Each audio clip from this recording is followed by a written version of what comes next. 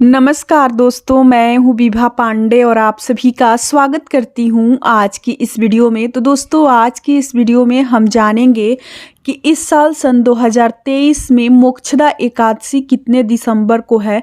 एकादशी का व्रत 2 दिनों का है, लेकिन किस दिन व्रत रखना सर्वश्रेष्ठ होगा, पारण का शुभ मुहूर्त कब है और एकादशी के दिन पूजा का नियम विधि क्या है, हमें किस रंग का वस्त्र पहनकर भगवान विष्णु जी की पूजा करनी चाहिए और पूजा में हमें किस रंग का पुष्प और भोग अर्पित करनी चाहिए जिससे भगवान विष्णु बहुत अधिक प्रसन्न होते हैं। तुलसी माता की पूजा में हमें कौन सी 2 गलतियां नहीं करनी चाहिए। तो एकादशी व्रत से जुड़ी बहुत सारी महत्वपूर्ण बातें आज की इस वीडियो में हम जानेंगे। आप लोग बने रहें मेरे साथ मेरे चैनल पे, और अगर आपको मेरी ये वीडियो पसंद आती है तो प्लीज़ आप मेरे वीडियो को लाइक करके चैनल को सब्सक्राइब कर दीजिएगा, साथ में बेल आइकन को ज़रूर प्रेस कीजिएगा, जिससे मैं जब भी कोई वीडियो अपलोड करूं तो नोटिफिकेशन आपको सबसे पहले मिले।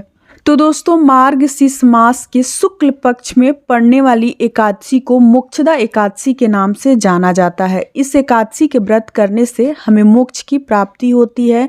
जो ही हमारे द्वारा गलतियां हुई रहती हैं, पाप हुए रहते हैं, वो सब कटित हो जाते हैं और हमें मोक्ष की प्राप्ति मिलती है इस व्रत को करने से। अगर व्रत ना कर सके तो हमें उस दिन भगवान विष्णु जी की पूजा आराधना जरूर करनी चाहिए। तो एकादशी तिथि कब प्रारंभ हो रही है और कब समाप्त होगी, सबसे पहले हम ये जान लेते हैं।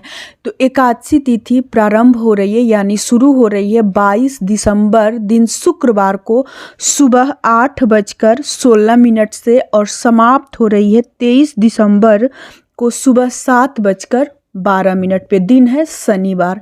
तो लोग बहुत दुविधा में हैं कि व्रत किस दिन रखें, किस दिन व्रत रखना सर्वश्रेष्ठ होगा। तो देखिए, हमारे यहाँ जो ही लोग एकादशी का व्रत करते हैं, हमारे घर में या फिर रिलेशन में, पड़ोसी में, सब लोग व्रत 23 दिसंबर को रखेंगे। दिन है शनिवार। 22 दिसंबर को व्रत नहीं करनी है। देखिए, क्योंकि एक उदया तिथि भी नहीं है। दूसरी बात है कि बहुत सारे लोग शुक्रवार को जो एकादशी का व्रत रहता है और शनिवार के दिन व्रत का पारण होता है एकादशी व्रत का, तो ऐसा एकादशी का व्रत बहुत सारे लोग नहीं करते हैं। और कारण है कि जो लोग 22 दिसंबर को एकादशी का व्रत करेंगे तो 23 दिसंबर को पारण जो है दोपहर में है, बहुत देर है। तो इससे अच्छा है कि आप लोग 23 दिसंबर को व्रत करें। शुक्रवार और शनिवार में जो व्रत पड़ता है, शुक्रवार के दिन व्रत रखना और शनिवार के दिन पारण करना होता है। इस व्रत को रखने से हमें दोष लगता है, क्योंकि पारण करने के बाद जब हम मुख में अपने अनाज डालते हैं, व्रत को तोड़ते हैं, उसके बाद से हमें किसी भी व्यक्ति का मुख, अपने परिवार के किसी भी सदस्य का मुख नहीं देखना चाहिए। बहुत बड़ा दोष लगता है।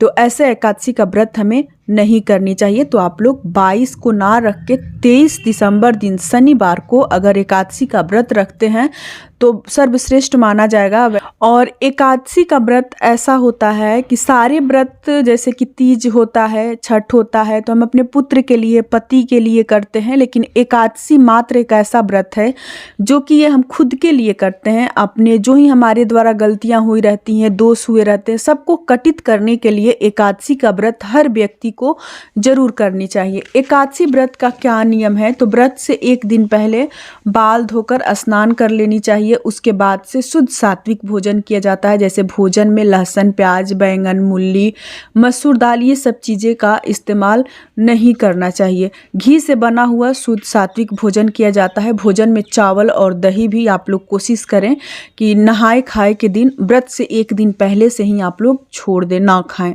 उसके बाद से अगले दिन, एकादशी के दिन आपको व्रत रखनी है। व्रत के दिन आपको सुबह में स्नान कर लेनी है, घर की साफ सफाई करने के बाद से, और पीले रंग का आपको वस्त्र धारण करनी है, क्योंकि एकादशी व्रत विष्णु भगवान को समर्पित है और विष्णु भगवान की पूजा पीले रंग का वस्त्र पहनकर ही किया जाता है बृहस्पतिवार के दिन। तो आप लोग एकादशी के दिन भी कोशिश करें कि पीले रंग का वस्त्र पहने। पूजा में आपको पुष्प भोग पीले रंग का ही अर्पित करना है। पीला चंदन भी भगवान विष्णु जी को लगानी है।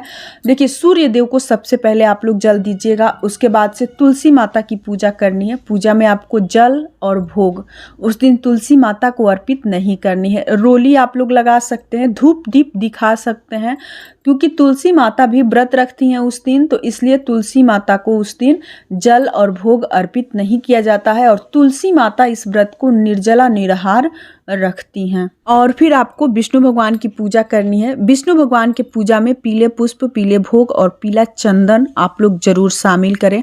भगवान को अगर आप वस्त्र दे रहे हैं तो कोशिश करें कि पीले रंग का ही वस्त्र उनको अर्पित करें। खुद भी पीला रंग का आपको वस्त्र पहननी है। और पूजा में आपको दीपक सबसे पहले जलानी है विष्णु भगवान के फोटो प्रतिमा के सामने।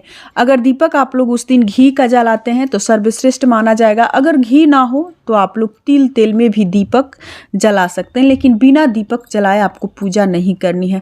दीपक आपको ऐसा जलाना है कि कम से कम कुछ समय तक दीपक जलता रहे, ऐसा नहीं कि पूजा करने के तुरंत बाद दीपक बुझ जाए।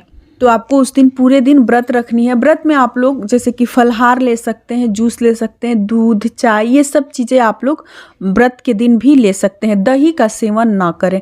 उसके बाद से शाम में भी आप भगवान के सामने जैसे आरती करें, उनको भोग लगाएं। उसके बाद से जो ही फलहार हो, रात के समय फलहार करके फिर सो जाएं। सुबह में आपको पारण के दिन उठनी है। उठकर सबसे पहले आप अपने घर की साफ सफाई करके स्नान कर लें।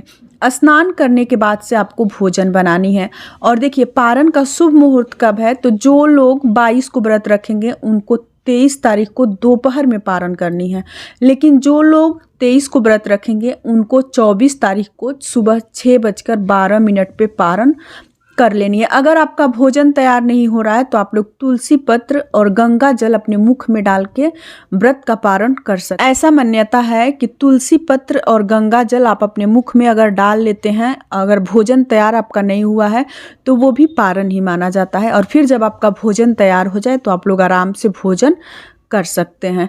इस ध्यान रखें कि उस दिन बनाए भोजन जब नहाए खाए के दिन, यानी कि व्रत से एक दिन पहले या फिर पारण के दिन, तो आप लोग भोजन में तुलसी पत्र जरूर डाल दें जब आपका भोजन बनकर तैयार हो जाए तो। और उसके बाद से ही आप लोग भोजन करें।